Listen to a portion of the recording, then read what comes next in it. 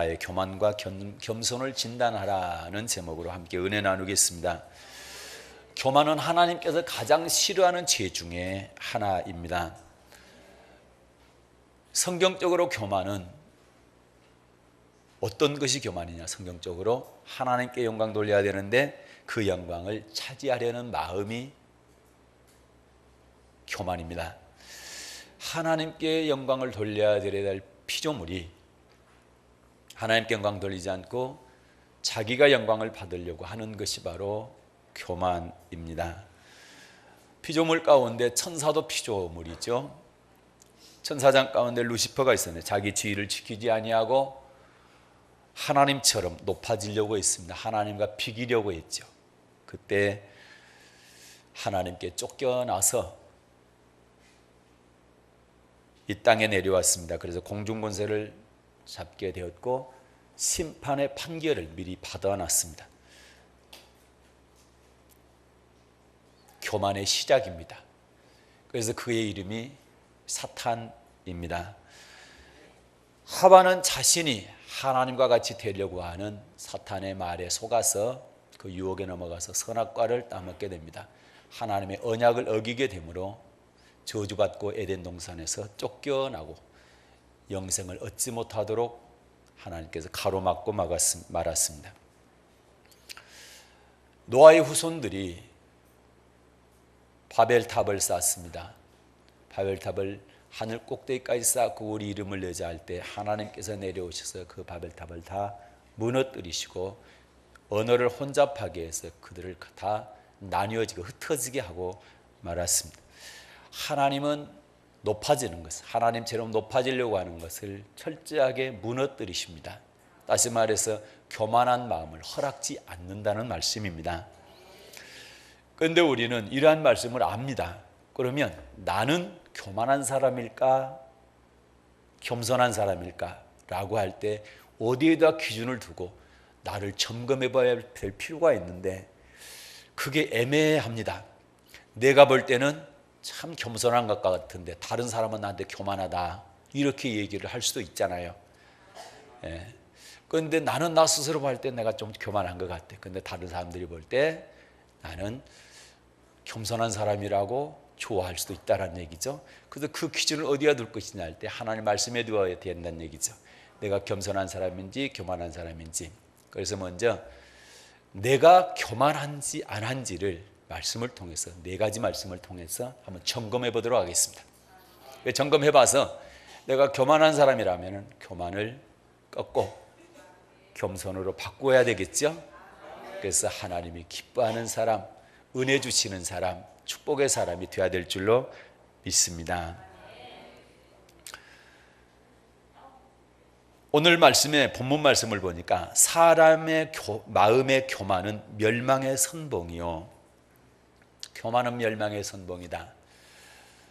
어떤 피조물이든지 하나님처럼 되려고 하는 하나님의 영광을 가로채려고 할 때 하나님은 절대로 용납지 않으신다고 그랬습니다. 그래서 멸망이라는 단어를 썼습니다. 그러나 반대로 겸손한 사람은 존귀의 앞잡이라는 얘기는 길잡이라는 얘기인데 존귀한 사람의 길잡이가 된다는 거예요. 그래서 교만과 겸손은 축복과 저주로 나뉘어진다는 얘기입니다. 그렇기 때문에 우리는 겸손한 사람이 마땅히 되어야 될 줄로 믿습니다. 그래서 저와 여러분의 마음을 진단해 봐야 돼. 교만한 사람인가 겸손한 사람인가를 오늘 말씀을 통해서 스스로 진단해 볼 수 있기를 바랍니다. 그래서 말씀에 걸림이 있다고 한다면 오늘 이 시간에 회개하고 겸손한 사람으로 변화되는 놀라운 역사를 통해서 하나님의 축복받는 모든 성도들 되시기를 예수님의 이름으로 축원드리겠습니다. 그 사람의 말과 행동을 보게 되면 그 사람의 인격을 알 수가 있습니다. 겸손과 교만도 마찬가지입니다. 그 사람이 하는 행동과 말을 보게 되면 겸손한 사람이다 또는 교만한 사람이다 이렇게 판단을 할 수가 있는 것이죠. 그래서 첫 번째, 교만을 진단하는 첫 번째는 뭐냐? 나는 나의 지위를, 위치를 잘 지키고 있는가입니다. 이 진단해 봐야 됩니다. 내가 다른 사람의 일에 대해서 사사건건 월권하지 않느냐, 간섭하지 않느냐, 이걸 진단해 봐야 되는 거예요. 나는 하나님께서 내게 맡겨주신 그 지위에 대해서, 직분에 대해서 철저하게 잘 지키고 있는가, 순종하고 복종하고 충성하고 있는가입니다. 그렇지 않고 내 일은 제쳐두고 다른 사람 일에 자꾸 간섭하고 월권을 하게 되면 문제가 생기는, 이것이 첫 번째 교만한 증거가 되는 것입니다. 이사야서 14장을 보겠습니다. 아까 제가 잠깐 말씀드렸었는데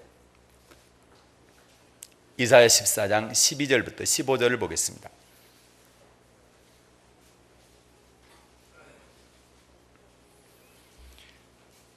네, 구약성경 이사야 14장 12절부터 15절입니다. 자, 받들어 읽겠습니다. 시작. 너 아침의 아들 계명성이여 어찌 그리 하늘에서 떨어졌으며 너 열국을 엎은 자여 어찌 그리 땅에 찍혔는고 내가 내 마음에 이르기를 내가 하늘에 올라 하나님의 뭇별 위에 나의 보좌를 높이리라. 내가 북극 지폐의 산 위에 좌정하리라. 가장 높은 구름에 올라 지극히 높은 자와 비기리라 하도다. 그러나 이제 내가 음부 곧 구덩이의 맨 밑에 빠치우리로다. 아멘. 너 아침의 아들 계명성, 계명성이 나오죠. 여기 문자적으로 해석하게 되면 이 계명성은 여기서는 바벨론 왕을 의미하는데 그 의미를 좀 더 들어가게 보게 되면은 천사장 루시퍼를 말합니다. 이 말씀과 에스겔서 28장 말씀과 연결이 돼야 되고, 이따 한번 보겠습니다만 유다서를 비롯해서 여러 말씀들을 종합하게 되게 되면 이 의미가, 이 계명성이 바벨론 왕을 지칭한 것보다는 내용적으로 의미적으로는 천사장 루시퍼가 하나님처럼 높아지려고 했다가 하나님께 쫓겨났다. 그래서 12절에서는 땅에 찍혔다고 되어 있고 15절에서는 네가 음부 곧 구덩이 맨 밑에 빠치운다 이렇게 말씀하고 있죠. 왜 그렇게 됐느냐? 13절에 보니까 내가 이르기를, 내가 내 마음에 이르기를 내가 하늘에 올라 하나님의 뭇별 위에 나의 보좌를 높이리라. 하나님의 뭇별은 천사들로 이해하면 되겠습니다. 내가 하늘에 올라가서, 천국에 가서 올라가서 하나님의 별, 천사들 위에 나의 보좌를 높이겠다. 천사들은 하나님을 높이는 자죠. 그 피조물이죠. 육체를 가지지 않는 영적인 존재입니다. 그래서 천사들은 하나님의 심부름도 하고 하나님을 찬양하고 그렇게 하는 존재가 천사인데, 이 천사들 위에 자기를 높이겠다. 그럴 뿐만 아니라 14절에 보면 가장 높은 구름이 올라 지극히 높은 자와 비기리라. 지극히 높은 자는 하나님을 지칭을 합니다. 하나님과 비기겠다는 겁니다. 하나님은 조물주죠. 창조주시죠. 모든 만물을, 천사도 창조했습니다. 우리 인간도 창조하고 우주 만물을 창조하신 창조주신데 피조물이 창조주처럼 똑같이 될 수는 없다라는 거죠. 피조물은 오직 창조주이신 하나님께 영광 돌리는 존재, 찬양 드리는 존재다. 그런데 지극히 높은 자 하나님과 창조주와 비기겠다는 얘기는 동등하게 되겠다는 얘기이기 때문에 이것이 바로 하나님의 영광을 가로채려고 하는 마음, 그 교만이다 이 말입니다. 그래서 결국 땅에 찍혔다는 얘기, 땅으로 쫓겨났다는 얘기고, 15절에 보면 음부 곧 구덩이 맨 밑에 빠뜨리라는 얘기는 지옥 판결을 받아놨다는 얘기입니다. 그래서 이 존재를 위해서, 하나님의 영광을 가로챈 이 존재를 위해서 지옥이 존재하는 것입니다. 그래서 이 타락한 이 천사, 하나님의 영광을 가로챈 이 천사를 갖다가 우리는 사탄 이렇게 얘기합니다. 그래서 사탄입니다. 그래서 교만의 근원이 어디냐? 사탄인 것이죠. 또는 마귀인 것이죠. 사탄, 마귀, 예뱀, 용 똑같은 의미입니다. 그래서 이 천사장을 보니까, 이 사탄은 보니까 하나님이 받아야 될 영광을 자기가 받으려고 했다. 다시 말해서 자기의 위치는, 자기의 자리는 하나님께 영광 돌리는 자리, 하나님을 찬양하는 자리여야 된다는 거죠. 그런데 그 자리에서 떠나서 하나님처럼 영광을 받으려고 하는 자리로 올라갔다는 얘기죠. 이것을 월권, 그래서 이것을 교만이라 얘기합니다. 그래서 실제로 그랬는지 보겠습니다. 자, 유다서 1장입니다. 6절을 보겠습니다. 그래서 하나님의 말씀은 한 구절보다는 여러 구절들을 통해서 이렇게 조명하게 되면 훨씬 잘 드러납니다. 자, 유다서 1장 6절을 보겠습니다. 예수님의 제자 가운데 유다가 두 사람 있어요. 하나는 가룟 유다가 있고 여기 유다가 있는데, 이 유다서를 기록한 유다는 예수님의 제자 가운데 한 사람입니다. 사도 가운데 한 사람. 가룟 유다는 예수님을 팔았던 유다고. 자, 유다서 1장 6절 보겠습니다. 시작. 또 자기 지위를 지키지 아니하고 자기 초소를 떠난 천사들을 큰 날의 심판까지 영원한 결박으로 흑암에 가두셨으며. 아멘. 자기 지위를 지키지 아니하고 자기 처소를 떠난 천사들 그랬죠? 그래서 아까 이사야서 14장 말씀만 가지고는 천사다 이렇게 하면은 계명성이 진짜 천사냐? 이렇게 물으면은 이 말씀만 가지고는 조금 곤란할 수가 있는데, 이런 말씀을 통해서 보게 되면 자기 지위를 지키지 아니했다. 그러면 자기가 하나님을 섬겨야 되고 찬양해야 될 자리에 있어야 되는데, 지위를 지키지 않고 자리를 지키지 않고 자기 처소를 떠난 천사들이 있었다는 얘기고, 이 천사들은 어떻게 되느냐? 큰 나라의 심판까지 영원한 결박으로 흑암에 가두셨다. 큰 나라의 심판. 이거는 제일 나중에 천국과 지옥 심판을 말합니다. 천년왕국 이후에요. 그때의 영원한 결박으로 심판, 지옥에 들어가게 됩니다. 불과 유황못 또는 둘째 사망해로 기록되어 있죠. 거기에 들어가게 되어 있습니다. 그래서 천사는, 이 타락한 천사, 다시 말해서 마귀와 그의 사자들은 지금 아무리 회개해도 소용없어요. 이미 결정이 됐기 때문에 소용이 없는 겁니다. 그러나 우리에게 감사한 것은, 우리 인간들은 몸을 입고 있을 때 아무리 잘못을 해도 회개하면 다 용서받죠? 네, 그래서 이 천사들이 우리를 부러워한다는 얘기입니다. 자기 지위를 지키지 않았다는 얘기는 자기 지위를 넘어섰다는 얘기죠. 자기에게 맡겨진 지위들이 다 있다라는 거예요. 그런데 이걸 넘어섰다는 얘기고, 그것을 갖다 월권했다 이렇게 얘기합니다. 그래서 남유다에, 이스라엘이죠, 북이스라엘과 남유다가 있는데, 남유다의 10대 왕입니다. 10번째 왕이 이름이 우시아입니다.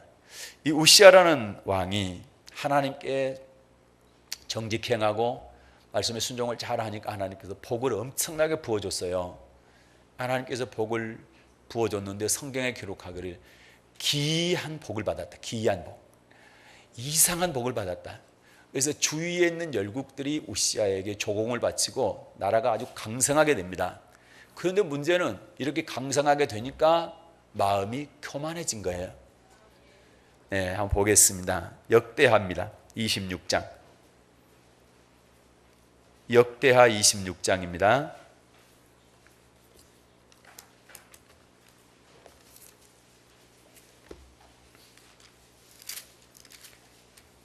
네, 구약성경 691쪽입니다.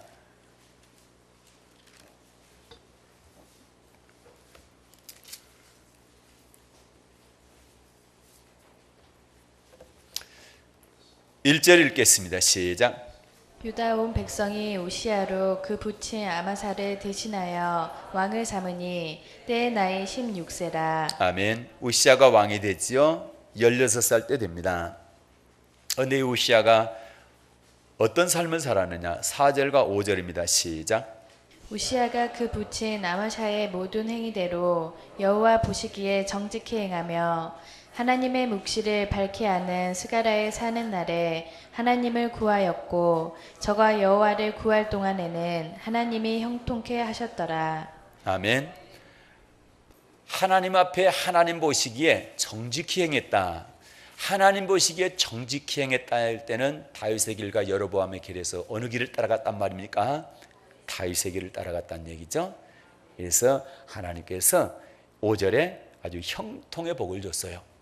그런데 이렇게 되기까지는 하나님의 말씀을 잘 아는 스가랴 선지자가 있었대. 옆에 곁에 있었죠. 그렇게 할 동안에 그가 하나님을 구하고 하나님께서 그를 형통케 했습니다.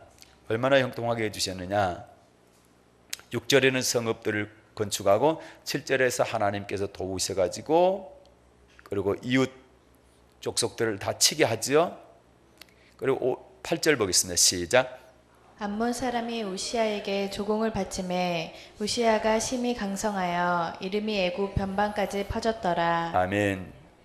주위에 있는 족속들이 우시아에게 뭘 바쳐요? 조공을 바치죠.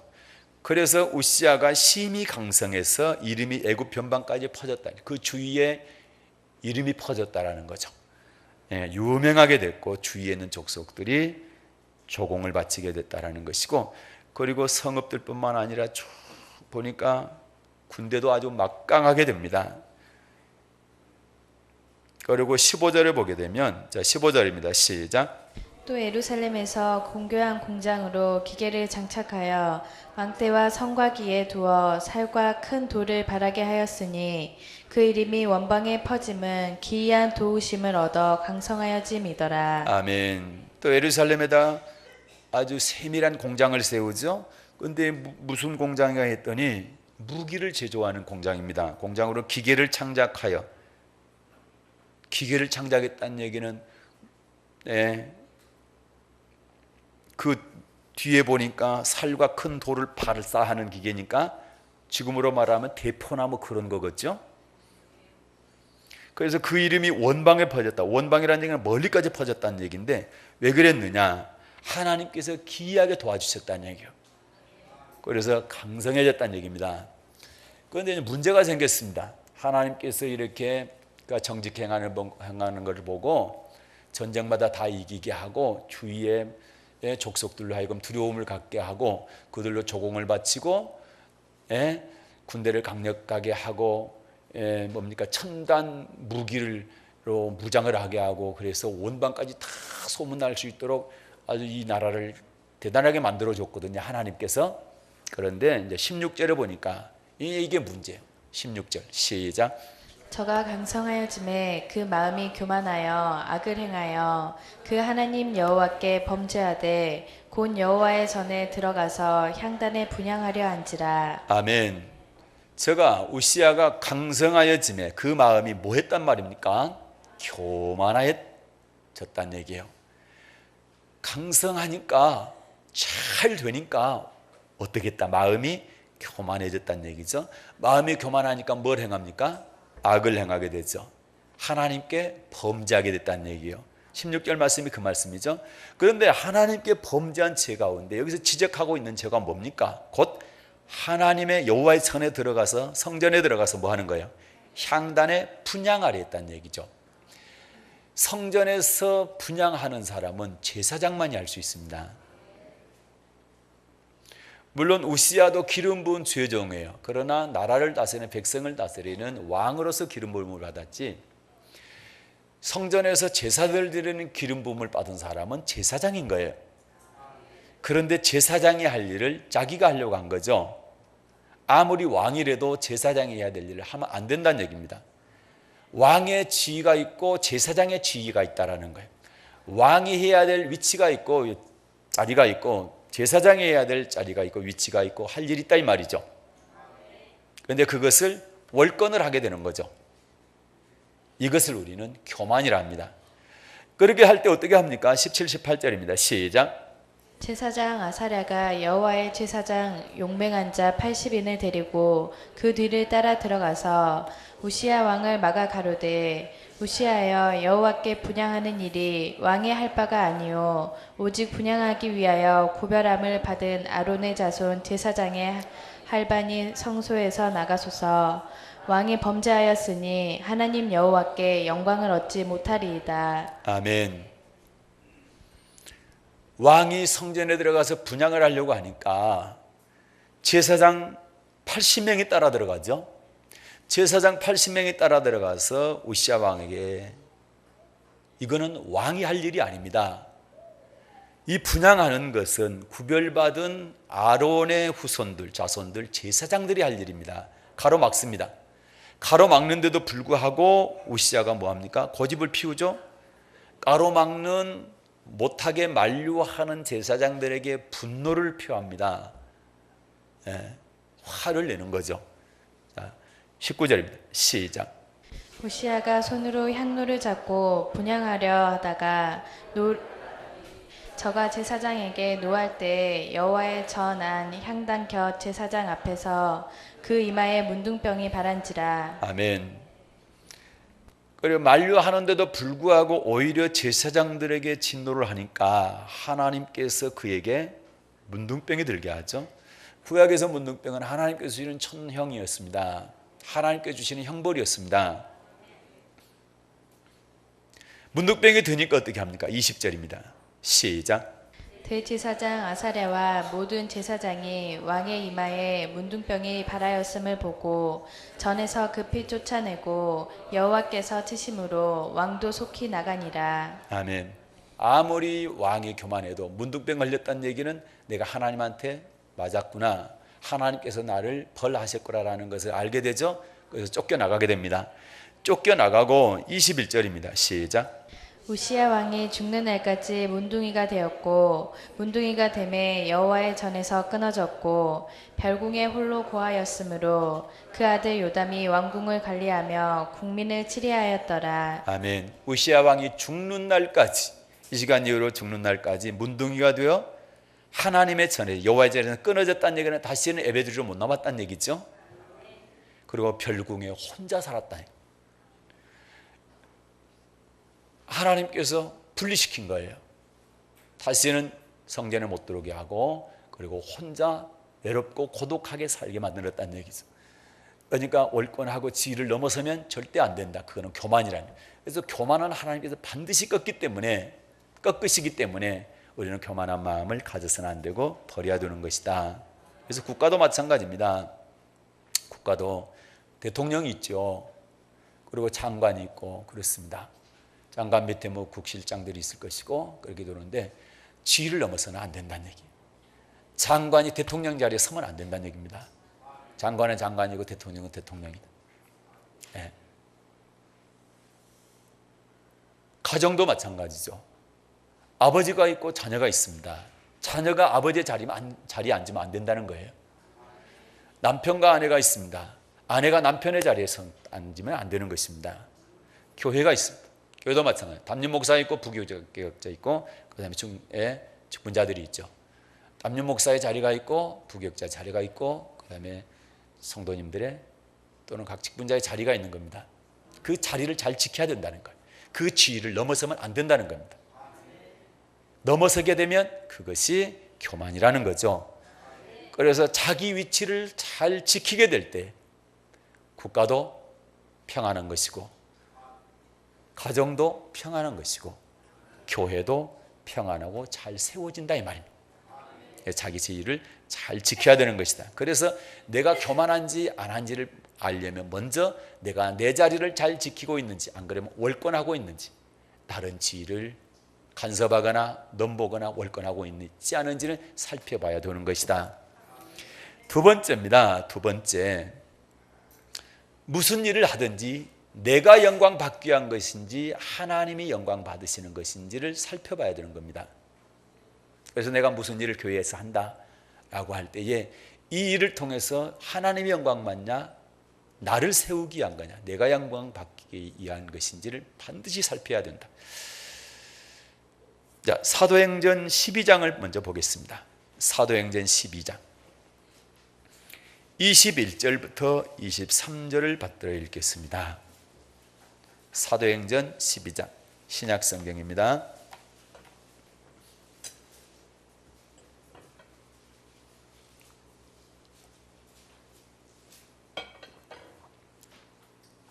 사도행전 12장 21절부터 23절입니다. 받들어 읽습니다. 시작.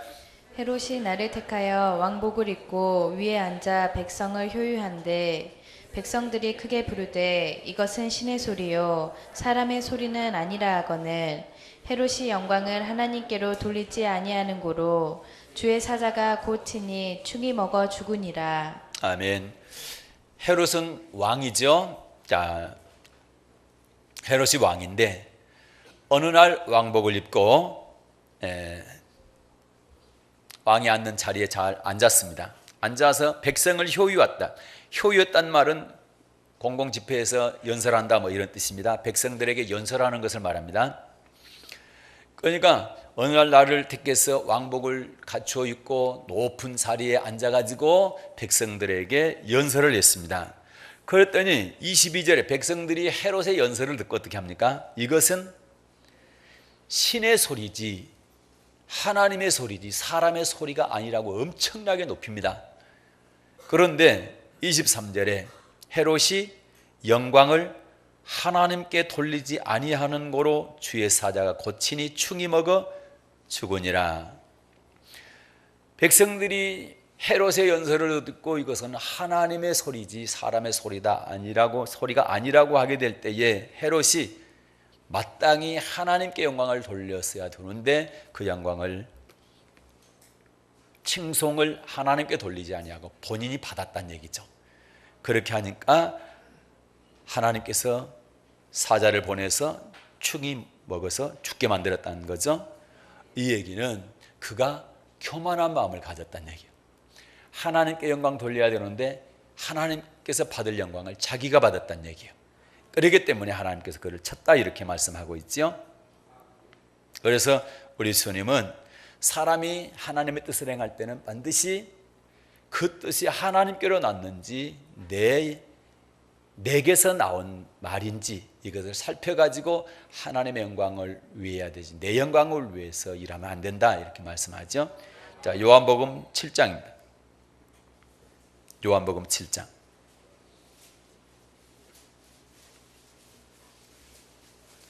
17절과 18절을 받들어 읽겠습니다. 네, 요한복음 7장 17, 18절을 받들어 읽겠습니다. 네, 같이 읽겠습니다. 시작. 사람이 하나님의 뜻을 행하려 하면 이 교훈이 하나님께로서 왔는지 내가 스스로 말함인지 알리라. 스스로 말하는 자는 자기 영광만 구하되 보내신 이의 영광을 구하는 자는 참되니 그 속에 불의가 없느니라. 아멘. 어떤 성도들인지 하나님의 뜻을 행하기 위해서는 그 뜻이 하나님께로부터 왔는지 내가 말하는 것이 내 스스로 말하는지를 반드시 살펴야 된다. 내가 말하는 건 내 뜻대로 하게 되면 그것이 내 영광을 받는 것이지 하나님께 영광 돌리는 것이 아니라는 얘기입니다. 반드시 하나님의 뜻을 행해야 되는데 그것은 성경의 말씀대로 행하는 것이 하나님의 뜻을 행하는 겁니다. 그래야 내가 영광 받는 게 아니고 하나님께서 영광을 받으신다. 하나님의 말씀대로 해야 된다는 것입니다. 그렇게 할 때 하나님께서 영광 받으시는 것이다. 그래서 우리는 내 영광을 구하면 안 되고 하나님의 영광을 구해야 되고 내 영광을 위해서 일하면 안 되고 하나님의 영광을 위해서 일해야 된다는 것이죠. 그래서 하나님께서 받으셔야 할 영광을 내가 받게 되면 그 사람은 교만한 사람이 되고 하나님께서 그 사람을 심판하신다는 사실을 기억하시길 바랍니다. 그래서 나의 교만에 대해서 점검을 하게 될 첫째는 뭘 점검해야 됩니까? 내가 내 지위를 잘 지키고 있는지, 내가 해야 될 일에 대해서 충성하고 있는지, 다른 사람에 대해서 간섭하거나 올건하거나 그러지는 않는지 살펴야 되는 것이고, 두 번째는 내가 하는 일이 하나님께 영광 받는지 나를 나타내기 위한 것인지를 반드시 점검해야 된다.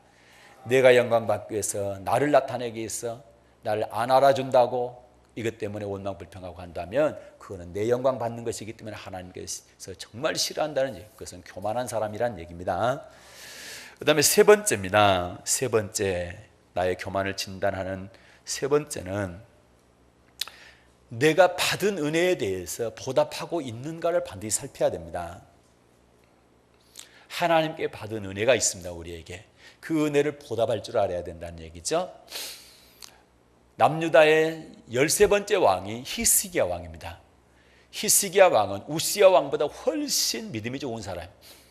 남유다 왕 가운데서 통일왕국 시대 다윗을 빼놓고 남유다 분열왕국에서 남유다에서 첫째, 둘째를 뽑는 왕들이 꼽는 왕이 신앙적으로 히스기야와 요시야입니다. 그런데 히스기야가 그렇게 믿음이 좋은 사람인데 어느 날 순간적으로 이 사람이 교만하게 됩니다.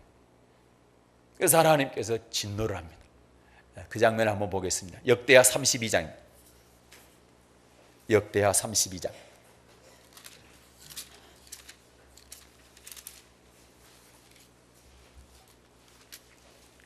제 성경으로는 701쪽입니다.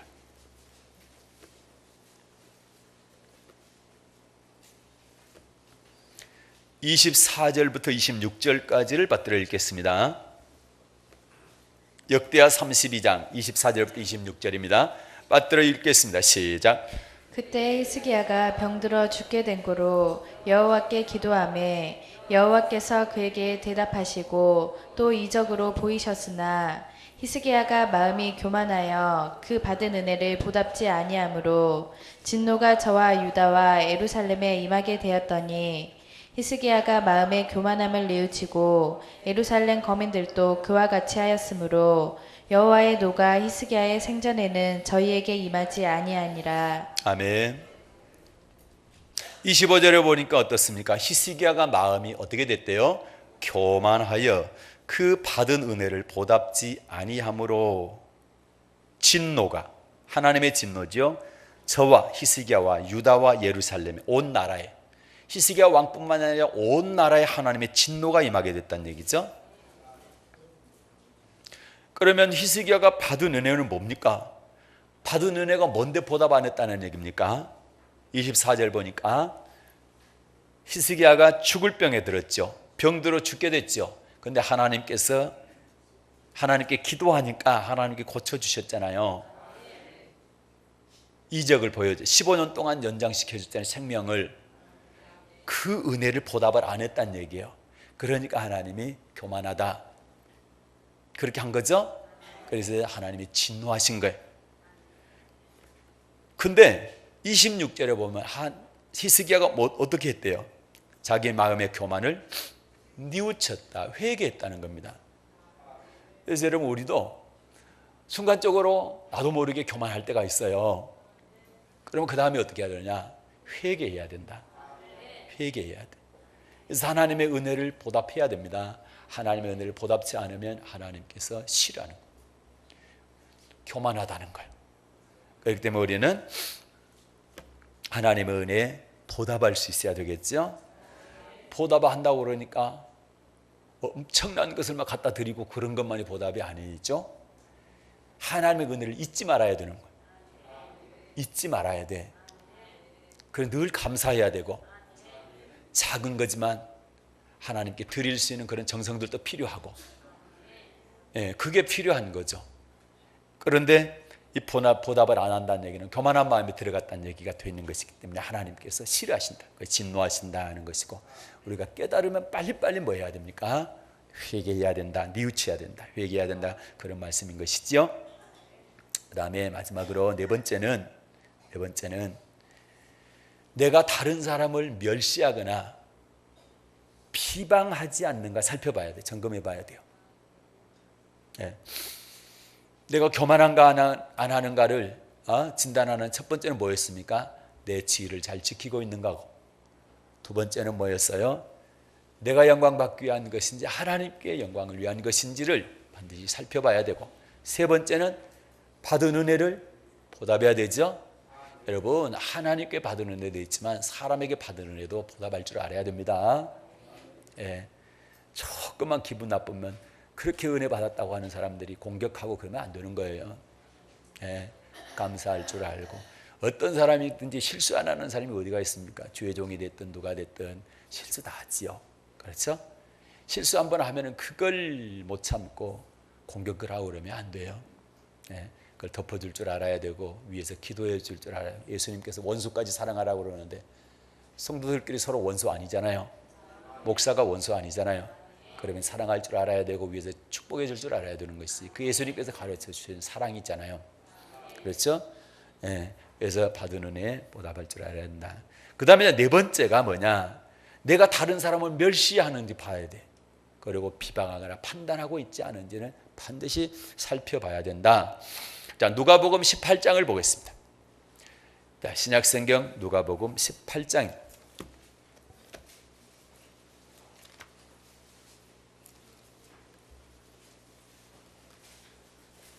누가복음 18장 9절을 먼저 읽어볼까요?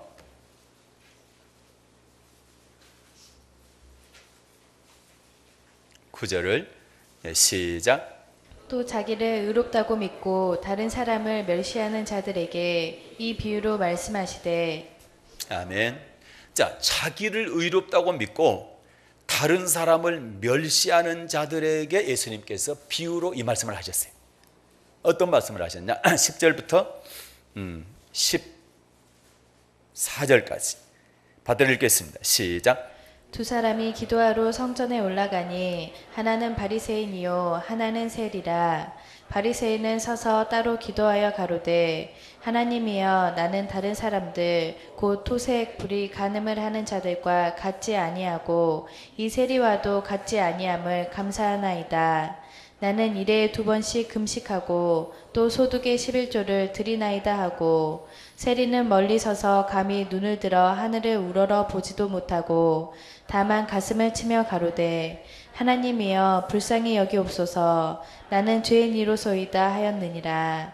내가 너희에게 이르노니 이 사람이 저보다 의롭다 하심을 받고 집에 내려갔느니라. 무릇 자기를 높이는 자는 낮아지고 자기를 낮추는 자는 높아지리라 하시니라. 아멘. 예수님께서 자기를 의롭다 하고 다른 사람을 멸시하는 사람들에게 들으라고 비유를 말씀하셨는데 이 말씀하십니다. 자, 두 사람이 기도하러 성전에 올라갔다. 한 사람은 바리새인이고 한 사람은 세리다. 바리새인들은 자기들은 하나님의 말씀 잘 순종하고 하나님을 가장 잘 섬기고 자기들은 죄를 짓지 않고 신앙이 최고라고 생각을 했습니다. 그러면서 그들이 생각할 때 세리, 이 사람들은 죄인이라고 생각하고 그들과 함께 하지도 않고 먹지도 않고 같이 있지도 않고 그랬습니다. 근데 자 11절에 보면 바리새인은 서서 따로 기도하여 가로되, 따로 기도했다는 얘기는 같이 안 했다는 얘기죠. 함께 안 있다는 얘기예요. 늘 그랬어요, 이 사람들이.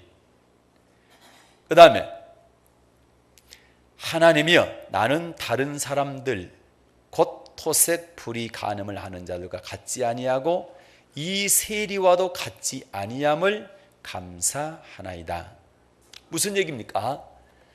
자기들은 바리새인은 자기는 토색 않고 불의 않고 간음도 안 하고 말씀에 다 순종하고 있고 자기의 신앙은 좋고 그래서 자기는 의인이다. 자기 자신은 의인이다 이렇게 생각하지만 세리는 죄인이다라고 판단하고 정죄했다는 얘기예요.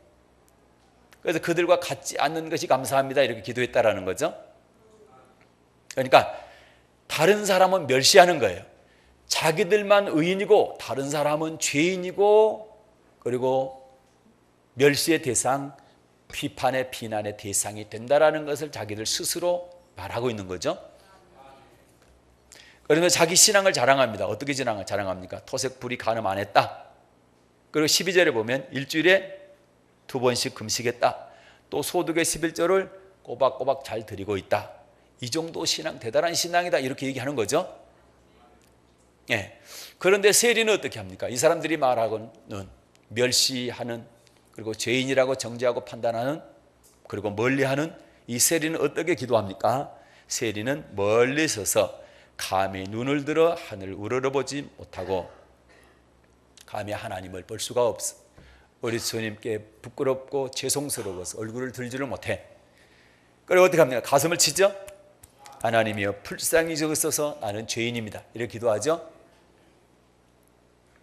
그런데 두 사람을 비교하면서 주님께서 이렇게 말씀하시는 거예요. 14절 시작.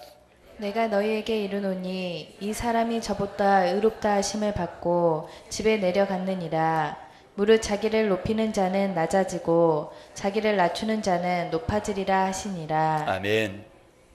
내가 너희에게 이르노니, 주님 말씀입니다. 이 사람이 저 사람보다 의롭다 하심을 받고 집에 내려갔다. 이 사람이 누구고 저가 누굽니까? 이 사람은 세리를 말하는 것이고 저는 누굽니까? 바리새인을 말하는 거죠. 바리새인은 자기가 의롭고 세리가 죄인이라고 생각했어요. 그는 불의하다고 생각했어요. 그래서 멸시했어요. 그런데 주님은 바꾸신 거예요. 역전시키죠. 누가 의롭다는 겁니까? 세리가 저보다 훨씬 의롭다는 거예요. 세리가 의롭다는 겁니다. 왜요? 자기를 낮추고 주님 앞에서 불쌍히 여겨달라, 저는 죄인입니다, 그리고 고백하고 한없이 낮췄기 때문에. 그런데 바리새인은 어떻습니까? 자기를 높였다는 거죠. 그러니까 14절에서 무릇 자기를 높이는 자는 낮아지고 자기를 낮추는 자는 높아지리라. 그러면 바리새인은 자기를 높였다는 거죠. 세리는 자기를 낮췄다는 것이죠. 그러면 어떻게 하느냐? 우리 주님은 높이는 자는 꺾어서 낮추고 낮추는 자는 높여주시는 거예요. 이 주님이시다. 그래서 사람의 생각과 주님의 생각은 전혀 다르다는 거예요. 관점 자체가 다른, 기준이 달라요. 보는 눈이 다르세요. 그래서 우리는 신앙생활 할 때 내 관점으로, 내 눈으로 신앙생활을 하면 안 돼. 사람의 생각으로 신앙생활을 하면 안 돼요. 그게 인본주의가 되는 거예요. 우리는 철저하게 하나님의 뜻대로, 하나님의 생각대로, 하나님의 관점에서 신앙생활을 해야 된다. 이게 옳은 신앙생활이죠. 그것이 바로 신본주의, 하나님 중심이라는 얘기죠. 그래서 사람 중심으로 신앙생활을 하게 되면 100% 실패하게 되어 있습니다. 철저하게 우리는 하나님 중심으로 신앙생활을 해야 된다. 하나님의 중심으로 한다는 얘기는 하나님의 뜻대로 신앙생활을 한다는 얘기. 하나님의 뜻은 로마서 2장 18절에 보니까 율법의 교훈을 통해서 하나님의 뜻을 안다고 그랬잖아요. 그래서 하나님의 말씀을 통해서 하나님의 뜻을 아는 거예요. 그래서 하나님의 말씀대로 신앙생활하는 사람이 최고의 신앙입니다. 이 사람이 최고의 신앙이에요. 할렐루야. 그래서 하나님 말씀, 하나님 뜻대로 사는 사람은 기도할 때도 자기를 낮추는 사람, 자기를 의롭다고 다른 사람은 멸시하는 사람은 주님의 눈으로 보니까 그거는 교만한 사람, 자기 스스로 높이는 사람은 교만한 사람. 이 사람은 하나님께서 철저하게 꺾으시고 낮추시겠다는 것이고, 네 스스로 낮추면 내가 높여주겠다는 겁니다. 그래서 주님은 또 다른 비유할 때 뭐라고 합니까? 야, 너희가 잔치의 자리에 갈 때는 반드시 제일 말석에 앉아라. 말석에 제일 끝자리에 앉아라. 네가 제일 상석에 앉았다가 주인이 딱 들어와서 그 자리는 당신 자리에 앉을 때가 아닌데, 그 자리 당신 자리 아닌데, 그래서 그 사람한테 내려가라. 어디로? 제일 끝으로. 다른 자리 다 차지했잖아, 다른 사람들이. 그래서 들어갈 데가 없어. 그래서 어디? 제일 끝자리로 간다는 거예요. 그런데 처음부터 제일 말석에 있으면 주인이 와가지고 당신 그 자리가 아닙니다. 그래서 우쪽으로 높여준다는 얘기예요. 그러니까 자기 스스로 낮은 자리에 앉으란 말입니다. 이게 주님께서 막 가르치는 교훈. 그런데 자기가 높은 자리에 앉게 되면 반드시 하나님께서, 우리 주님께서 높은 자리에 끌어서 가장 낮은 자리로 낮추신다는 그 말씀을 하고 있는 거예요. 그래서 자기를 의롭다고 하고 다른 사람을 멸시하는 이런 사람들은 교만한 사람이라는 거예요. 기도를 통해서 다른 사람과 비교해서 나는 당신보다 낫다, 나는 당신보다 낫다, 이렇게 자꾸만 정죄하고 판단한다는 거예요. 그런데 주님은 뭐예요? 스스로 자기를 낮추는 사람, 주님 앞에서 철저하게 자기를 낮추는 사람은 내가 높여주겠다는 겁니다. 할렐루야. 감사하죠? 그래서 낮은 자리에 앉았다고 내가 좀 천한 일 한 것, 뭐 일에 천한 일, 주님의 일에 천한 일과 귀한 일이 뭐 있겠습니까만, 그래도 사람들이 볼 때는 천한 것처럼 보이고 허드렛 일처럼 보일 때, 그 낮은 자리에 일을 하게 될 때 하나님께서 높여주신다. 절대 그게 부끄러운 것이 아니라. 아멘. 그래서 여러분, 절대 형제를 판단하거나 비방하지 말아야 된다. 멸시하지 말아야 된다. 자, 야고보서 4장. 야고보서 4장.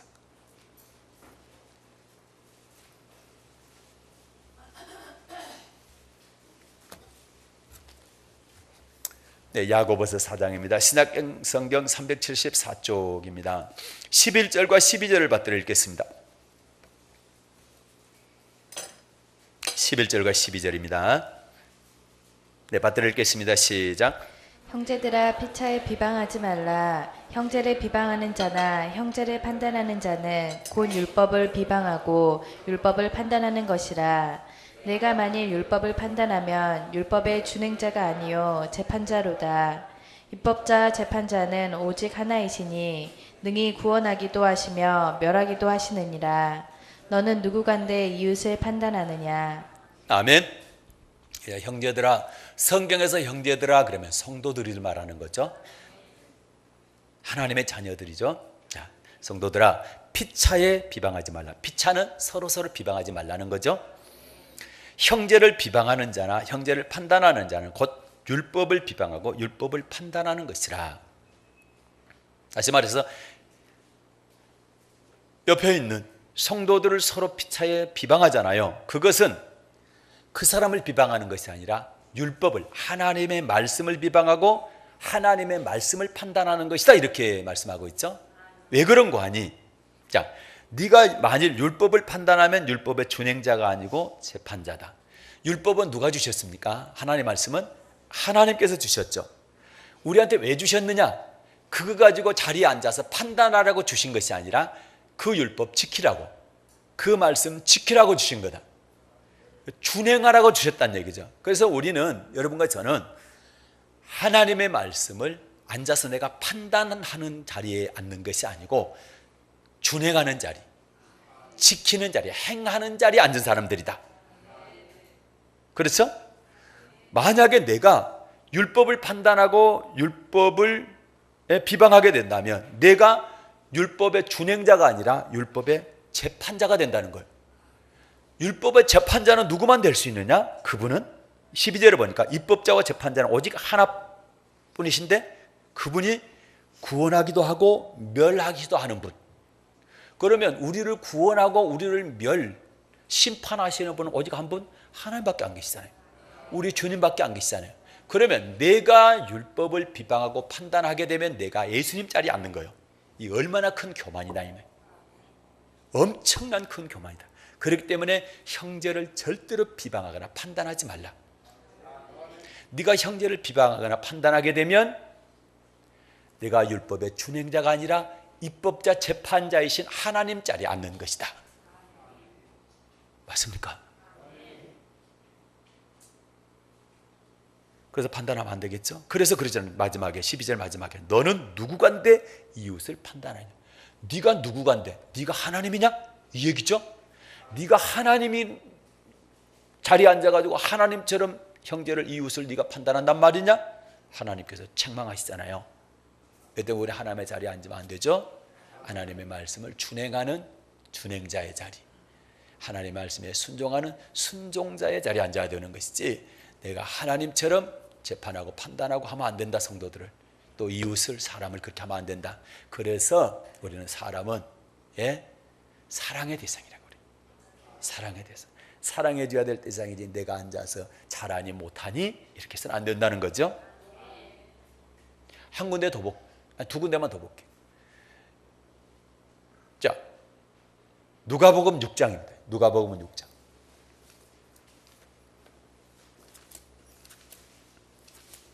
자, 누가복음 6장에 보면 예수님께서 직접 이렇게 말씀하셨어요. 37절. 36절, 37절. 시작. 너희 아버지의 자비하신 같이 너희도 자비하라. 비판치 말라. 그래야면 너희가 비판을 받지 않을 것이요. 정죄하지 말라. 그래야면 너희가 정죄를 받지 않을 것이요. 용서하라. 그래야면 너희가 용서를 받을 것이요. 아멘. 37절에 비판치 말라. 비판치 말라. 그리하면, 비판 안 하면 너희가 비판을 받지 않을 것이요. 그러면 비판하면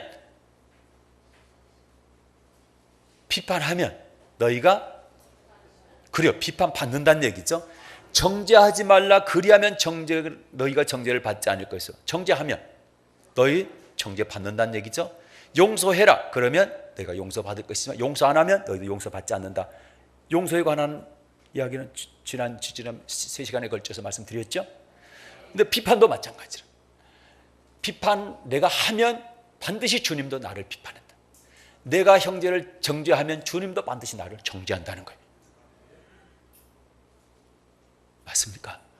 그러면 우리는 형제를 절대로 정죄하면 안 되겠죠? 성도들 간에 서로 회차에 정죄하고 판단하고 비판하면 안 되겠죠? 왜? 사랑해 줘야 되고 축복해 줘야 된다. 기도해 줘야 될 대상이다. 아멘. 한 군데만 더 보고 마칠게요. 자, 로마서 2장. 로마서 2장. 더 자세히 말씀하고 있어요.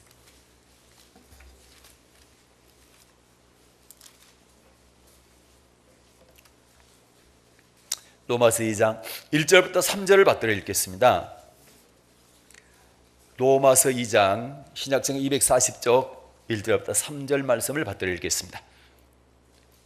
시작. 그러므로 남을 판단하는 사람아, 물론 누구든지 내가 핑계치 못할 것은 남을 판단하는 것으로 내가 너를 정죄함이니 판단하는 내가 같은 일을 행함이니라. 이런 일을 행하는 자에게 하나님의 판단이 진리대로 되는 줄 우리가 아노라. 이런 일을 행하는 자를 판단하고도 같은 일을 행하는 사람아, 내가 하나님의 판단을 피할 줄로 생각하느냐. 아멘. 자, 1장에서 말씀을 하시고 2장으로 넘어왔는데, 그러므로 자, 남을 판단하는 사람아. 자, 남을, 다른 사람을 판단하는 사람에 대한 말씀이죠. 그 사람한테 자, 물론 누구든지 내가 핑계치 못할 것은 남을 판단하는 것으로 네가 너를 정죄합니다. 다른 사람을 판단함으로 내가 나 스스로 정죄함을 받는 것이다. 그걸 핑계치 못한다는 얘기는, 주님 왜 저를 이렇게 판단하십니까? 재판하십니까? 저를 정죄하십니까? 라고 할 때 너 남을 판단했잖아. 그러니까 핑계가 안 된다는 얘기예요. 네가 했잖아 얘기예요, 주님께서. 그렇기 때문에 절대 핑계 못한다. 네가 했다면 너 반드시 정죄받고 판단받는다는 거예요. 그걸 핑계 못한다는 얘기입니다. 그 얘기죠. 그러니까 내가 나를 자기가 자기를 정죄하는 사람이 어디가 있어요? 없잖아요. 그런데 문제는 내가 남을 판단하고 정죄하면 그것 때문에 내가 주님께로부터 정죄를 받기 때문에 네가 네 스스로 정죄하는 것이다, 이 얘기입니다. 1절이 그 말씀입니다. 자, 그러므로 남을 판단하는 사람은 물론 누구든지 내가 핑계치 못할 것은 남을 판단하는 것으로 네가 너를 정죄함이니 판단하는 네가 같은 일을 행함이니라. 너 판단하면서, 다른 사람 판단하면서 너도 똑같은 일이야. 그 사람하고 똑같잖아. 너도 판단받을 일을 하잖아. 그렇기 때문에 똑같으니까 네가 판단 안 받으려면 너 다른 사람 판단하지 말라는 거예요. 좀 어렵습니까? 쉽죠? 괜찮죠? 네. 그러니까 남을 판단하는 사람한테 바울을 통해서 하나님께 하신 말씀이 누구든지 핑계 못한다. 네가 남을 판단했다면 너는 네가 너를 정죄하는 것과 똑같다. 그러면서 네가 판단하는데 너도 똑같이 저 사람처럼 판단받을 일을 하고 있다, 이렇게. 그럼 반드시 주님께서 너 판단한다. 그러나 네가 그런 일을 할지라도 판단 안 하면 너도 하나님께 용서받는다는 거예요. 판단받지 않는다. 네가 비판하면 비판받지만 비판 안 하면 비판 안 받는다는 얘기입니다. 자, 2절, 이런 일을 행하는 자에게 하나님의 판단이 진리대로 되는 줄 우리가 아노라. 그런데 개역개정판에는 뭐라고 되어 있냐, 2절이. 이런 일을 행하는 자에게 하나님의 심판이 진리대로 되는 줄 우리가 아노라. 진리대로 뭐가 된단 말입니까? 하나님의 심판이. 개역개정판입니다. 이런 일을 행하는 자, 어떤 일을 행하는 자? 남을 판단하는 사람. 그러면 하나님의 판단이 진리대로, 진리가 아버지 말씀이라 했죠. 말씀대로 이루어진다는 얘기는 너도 하나님께 말씀대로 판단받는다, 심판받는다, 정죄받는다, 그런 뜻이죠. 그러면서 3절, 이런 일을 행하는 자를 판단하고도 같은 일을 행하는 사람아, 네가 똑같이 그 일을 행하면서 너는 다른 사람 판단하고 너는 판단받지 않기를 바라느냐 이 얘기야. 네가 다른 사람을 판단할 때 저 사람 기분 나쁜 것처럼 너도 다른 사람이 너 똑같은 일을 할 때 판단하면 기분 나쁘잖아. 좀 어렵습니까? 안 어렵죠? 읽어보니까 그렇죠? 이런 일을 행하는 자를 판단하고도 같은 일을 행하는 사람아, 네가 하나님의 판단 심판을 피할 줄로 생각하느냐? 피할 수 있다 없다? 못 피한다. 그래서 절대로 비판 정죄 판단하지 마라. 네가 정죄 비판 판단하면 너도 주님으로부터 하나님께로부터 판단 정죄 비판 받는다. 하나님의 심판이 임한다 이 말씀이죠. 그래서 판단하지 말라는 거예요. 그래서 우리가 내가 교만한 사람인가 교만하지 않는 사람인가 볼 때 네 번째가 뭐냐? 내가 다른 사람을 비난하는가 비판하는가 정죄하는가를 봐야 돼. 내가 다른 사람 비난 정죄 판단한다 그러면 나는 교만한 사람이다 이 말이요. 그런데 하나님은 교만한 걸 끝난 것이 아니라 교만한 사람 반드시 행한 대로 갚으시죠. 네가 판단했냐? 그러면 주님께서 내가 너 판단하겠다는 거야. 네가 정죄했냐? 주님께서 그러면 내가 너 정죄하겠다는 거야. 할렐루야. 그래서 이것이 우리 하나님의 말씀이기 때문에 네 가지를 살펴봅니다 이 시간에. 그래요. 내가 교만한 사람인가 교만하지 않는 사람인가. 내가 교만한 사람, 어떤 사람이 교만한 사람이에요? 첫째, 자기 지위를 지키지 않는 사람, 자기 자리를 지키지 않고 자꾸 월권하고 간섭하고 하는 사람. 그러면 내가 그러지 않나 나 살펴봐야 돼. 그 다음에 무슨 일을 교회에서 할 때 하나님의 일인지 하나님을 위한 건지 나를 위한 건지. 그래서 나를 위한 것이라는 얘기가 뭐예요? 내가 그 일을 했는데 안 알아준다. 왜 안 높여준다? 그러면 이게 하나님 일을 한 것이 아니고 나를 위한 것이지. 내가 받기 위해서 한 거잖아요. 그러니까 무슨 일을 하든지 하나님의 영광을 위해서 해야 된다. 그래서 내가 일하고 나서 서운한 게 막 있고 막 안 알아주니까 막 기분이 나쁘고 막 그러면 빨리 물리쳐야 돼. 이게 주를 위해서 한 거지 나를 위한 거 아니잖아요. 주님을 위해서 했다 그러면 누가 나 안 알아도 괜찮잖아요. 주님만 알아주면 되잖아요. 그렇죠? 그 다음에 세 번째, 하나님께 받은 은혜, 사람께 받은 은혜는 보답할 줄 알아야 된다. 히스기야와 같이 대단한 왕도 순간적으로 실수하더라는 거죠. 교만하더라. 하나님의 은혜를 보답 안 하더라는 하나님께 진노하셨죠. 그러나 히스기야는 또 뭐예요? 바로 뉘우치잖아요. 회개하잖아요. 그 다음에 네 번째는 뭡니까? 절대 형제를 비차간에 비난하거나 정죄하거나 판단하지 말라는 거예요. 멸시하지 말라는 거예요. 아멘. 나는 의로운데 저 사람은 많이 부족해. 저거는 신앙이 왜 저래? 이렇게 자꾸 판단하지 말라는 거예요. 그 사람도 주님이 사랑하고 나도 사랑해 똑같이. 그렇죠? 그렇기 때문에 비교해서 멸시하거나 판단하거나 정죄하거나 하지 말라. 다 귀한 존재다. 그래서 교회 안에서는 다 필요한 거예요. 그래서 지체라 하잖아요. 주님이 몸이고 우리는 각 지체다. 눈도 필요하죠. 그런데 온 몸에 눈만 있고 손이 없어 봐요. 얼마나 불편함이 있을 수가 없죠. 이게 발만 있고 손이 없어 봐요. 이게 보통 일이 아니죠. 그렇잖아요. 손만 있고 발이 없어도 안 되고 다 필요한 거예요. 발도 필요하고 입도 필요하고 손도 필요하고 코도 필요하고 다 필요해요. 그래서 서로 인정해주고 축복해주고 사랑해주고 믿어주고. 할렐루야. 그래야. 그래서 우리 스스로 이 네 가지 내가 교만한지 안 한지를 살펴보아서 혹시라도 내가 여기 좀 미진하다 걸린 것 같다 하면 빨리 히스기야처럼 뉘우치는 겁니다. 회개하는 겁니다. 그렇게 해서 겸손한 사람으로 변화되시기를 바라고. 그런데 여러분 성경에 보니까 교만한 사람 하나님께서 반드시 대적한다. 물리치시다. 교만하면 하나님께서 대적해. 하나님께서 나를 대적하면 내가 어떻게 살아남습니까? 그렇죠? 그러나 겸손한 사람은 뭘 주신대요? 은혜를 주시대. 은혜를 주시. 그래서 여러분 하나님께서 주시는 은혜를 통해서 늘 행복하고 복된 삶을 사시기를 예수님을 축복합니다. 그래서 교만은 끝, 겸손 시작. 교만은 사라지고 겸손 충만. 할렐루야. 그런 성도 되시기를 예수님의 이름으로 축복합니다.